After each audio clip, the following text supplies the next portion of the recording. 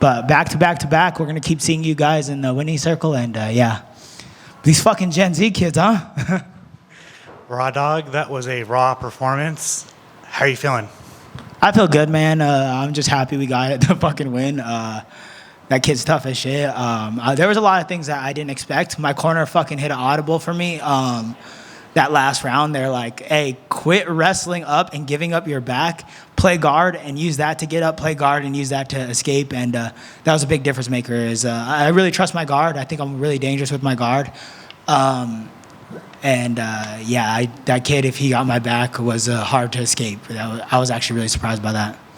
You said that the game plan going in was you were going to knock him out in the first round, but like, did you have anything like in the back of your mind, like if it was going to go 5 rounds, like what was the game plan? I really believe I'll beat anybody in the 5th round. I think I'm a 5-round fighter.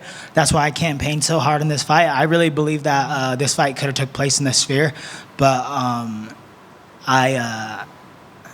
I believe I'm a 5-round fighter, and with the number 1 next to my name, I should be in nothing but 5-round fights. I think flyweight should always be in 5-round fights, and I think I should always be in 5-round fights. As long as I have a number 1 next to my name, as long as I have a ranked spot, I believe 5-round fights is what I should be doing, and I believe in myself to the end. Was there anything that you didn't expect from Taira? Just like yeah, I didn't expect any of that shit. I thought I was gonna cruise through him, honestly. I give that kid a lot of respect. I give that kid a lot of praise. I 100% believe that he's gonna be a champion one day, and I've said that before this fight even took place. I said that before I even knew we were gonna fight. I have a post from like 2 years back, and I'm like, I'm here with the future of the flyweight division. That being said, I thought I was going to cruise through him. I didn't think that fight was going to be close. I thought 2 minutes in the first round, you're going to see me walk out with a submission or a knockout or whatever it is. I'm 5th round in. I'm looking at my corners, and I'm like, I can't believe this shit went this far. Usually, we've seen you when you get locked into a body triangle. You can usually get out of those. How tight was his body triangle? Yeah. I go against this kid named Wilson. The best body triangle I've ever felt in my whole entire life. I think he helped me escape that Pantoja. And that's how Wilson feels. I couldn't believe how tight that body triangle was. I literally thought, the moment he got it, I was like, I'm going to escape this. This is going to be nothing. And it was something, man, and that sucked. And then on top of that, Wilson doesn't punch me in the face. So, yeah, that was not fun. But I'm happy I got the W. I'm happy I could experience that. I'm happy I could be humbled a lot because I was really not being that humble in the back. On top of that, like, you were punching him. He was just kind of walking forward. Like, did you expect him to be as tough as like especially that 3rd round? Like, his body language was not responding well. What do you think? Is it just his like 24-year-old chin? Like, what is it? Yeah, I mean, I don't know, really. Your guess is just as good as mine. I was cracking him pretty good. I thought the first round I was able to get a good read onto the striking, and I'm like, okay, cool. I think I have a pretty big advantage here. That 3rd round came, and I caught him with that knee, and I was like, okay, cool. I think this is going to be over here. I was having a nice, pleasant conversation with Herzog. He was telling me to quit doing the shit I was doing, and yeah. I honestly, man, all respect. I think Herzog's the best ref in the world. He was really good at communication. He was really good with that stuff. Yeah, I'm just happy I was able to pull this one off. Obviously, you're in a weird situation in the division. On top of that, it's kind of crazy. Since your UFC debut, you've never fought outside of the rankings, which is like insane. But with the division, how it's ranked up, and you kind of called your shot. You like to be a backup for either of the 2 flyweights coming up. What do you see next? Like, do you feel like I see a title shot next? There's no way about it. I have a win over the whole top 5 of the division. I'm all about rematches, but that being said, is like I earned my way to a title shot. I took a short notice against the number 1. I just took out the hottest prospect in the division. I think a title shot is what's next for me, and I'll be the backup for the title fight December 7th. I want your thoughts on the title fight. It was announced today that Pantoja is fighting Kai Asakura.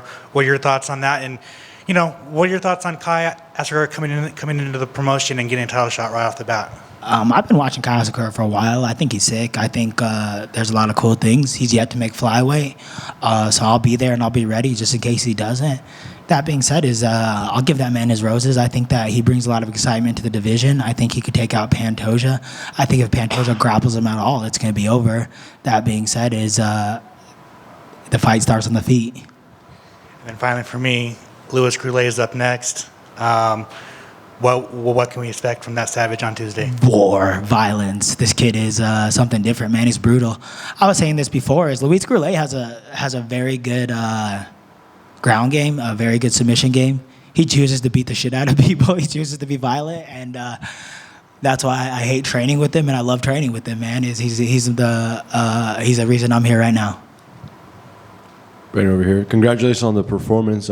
Is there a part of you that is hoping that Amir Albazi doesn't get pushed to the shot over you in case he does have a great performance against Moreno in November? Yeah, for sure. Definitely. I hope he goes out there and shits bricks.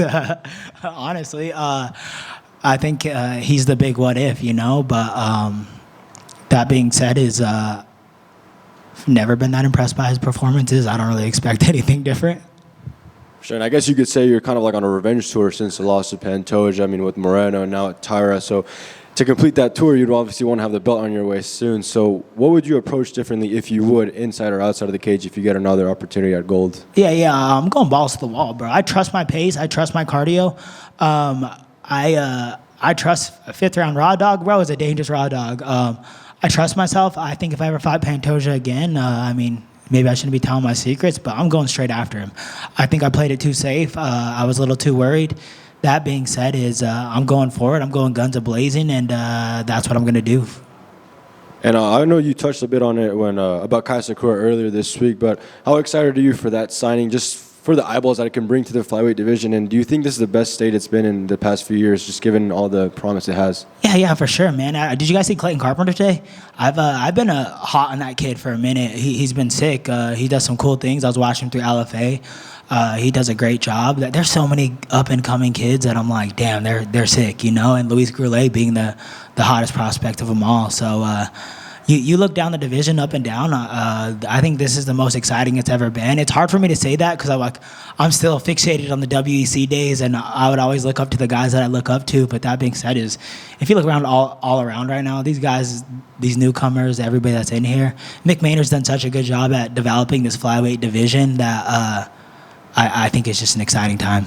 And we know you're obviously a fan favorite fighter, fan-friendly guy to watch. So what are you going to do to stand out amongst all these new prospects and just the way the flyweight division is shaping up to be for the coming years? I'm just going to keep beating the shit out of these Gen Z kids, I guess. I don't know.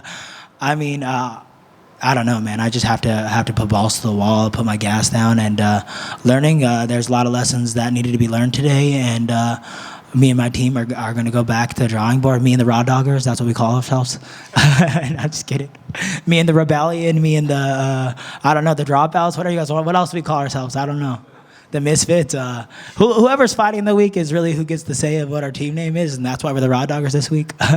But we're going to go back to the drawing board. We're going to keep growing, and we're going to make some things happen. I saw you embracing Khalil Rountree when you were leaving the cage. So what did you think of his performance? Oh, man, he's sick, right? I always thought he was cool. I think he's violent. And my favorite part of the sport is just, I love the arts, but you just got to love a violent motherfucker, And Khalil Rountree is that. Agreed. And last one for me, what's the message to all the Raw Doggers that have stuck with you thick and thin? Raw Dog's always sticking, huh? I don't know. I got nothing, man. I'm sorry for fucking making that close, but we'll go balls to the wall every time, man, and no regrets out there. Congrats. Thank you. I have two follow-ups for you. What did you tell Taira right after the fight? He looked, after the decision was read, it looked like he was...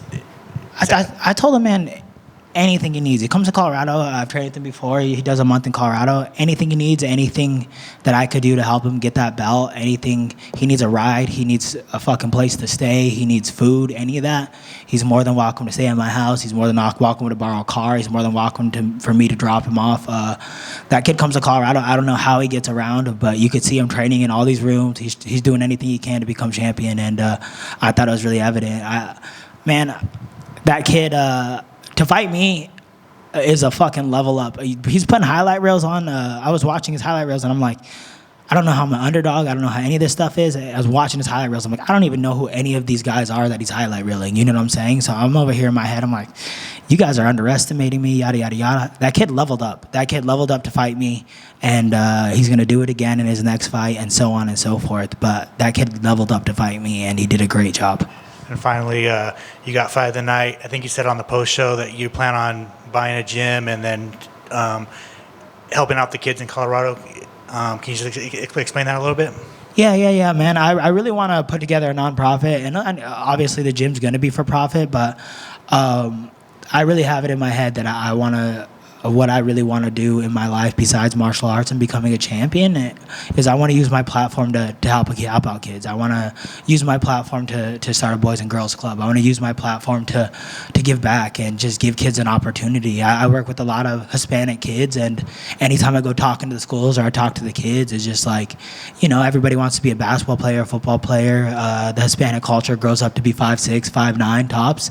And it's like, if I want some of these kids to go to college, we can get a wrestling program going. We can get, and it's just like in these poor neighborhoods, they got limited resources. These kids are taking care of kids. These kids are forced to grow up at a young age. And I don't know about you guys, but I know, I was getting in trouble when no one was around. I was getting in trouble, and it's like these kids are babysitting their brothers and sisters. These kids are raising kids, and it's like I want a place where a kid could be a kid. I want a safe zone. I want a place where there's gonna be tutors, counseling, all the above, and that's my ultimate dream. Is just that's my goal after MMA, is just to have a fucking safe place for these kids and the new generation, and to give back to the place that gave back to me, and that's the ultimate goal. Is if I wasn't using my platform for something good, then who the fuck am I, Congrats on the win, but just a quick one. Amazing fight, by the way. It was like watching a John Wick movie. What was you and Herzog talking about? Juan Wick. After the fight? You said that Herzog was saying like... he was telling me, quit fucking hitting him in the back of the head. I was like, all right, bro, my bad. I don't know. Then I think he was telling me just quit cheating. But yeah, just kind of that. It was just, he was just like, hey, bro, you're grabbing his, I think he was saying like my hands were open, and like, it was just good communication. It's just shit I didn't know I was doing. It was just natural instincts of just like, I'm trying to win a fucking fight here, and by any means necessary. So I appreciate him for communicating with me, because sometimes I don't even know I'm doing this shit. Right on, man. Thank you, sir. Absolutely. Thank you, guys. Thank you, guys. I just have one follow-up. Brandon, just one follow-up. Sorry. It was just last year when you were put on the prelims for UFC Kansas City, which was later labeled as a mistake from Dana and the company. So do you feel like as if these past couple of fights have really removed any doubt and just underestimating you as a fighter? I've been in 5 rounds ever since then, bro. I appreciate it, Dana, and I hope that I could continue to earn this spot and continue to be in some of these top positions. But I think, like I said, I deserve some of these main event spots. I'm a threat everywhere. I feel like I got to show it as much as I wanted to, but I'm a threat everywhere, man. Thank you. Thank you.